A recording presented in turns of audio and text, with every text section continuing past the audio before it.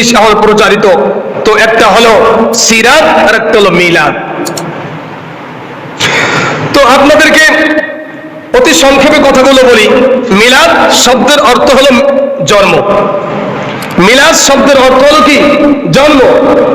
আর মিলাদুন নবী শব্দের অর্থ হলো পবিত্র জন্ম, পবিত্র আত্মার জন্ম, অর্থাৎ মহানবী সাল্লাল্লাহু আলাইহি সাল্লাম শেষ নবীর জন্ম, পবিত্র জন্মদিনকেই মিলাদুন নবী সাল্লাল্লাহু আলাইহি সাল্লাম বলা হয়।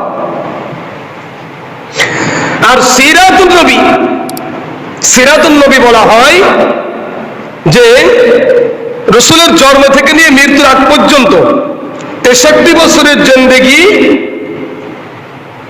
মা আতাকুমুর রাসূলু ফাখুযু ওয়া মা নাহাকুম আনহু, এই যে 63 বছরের জিন্দেগির ভিতরে রাসূল যেটা করেছে, সাহাবীরা দেখছে, সাহাবীরা করেছে,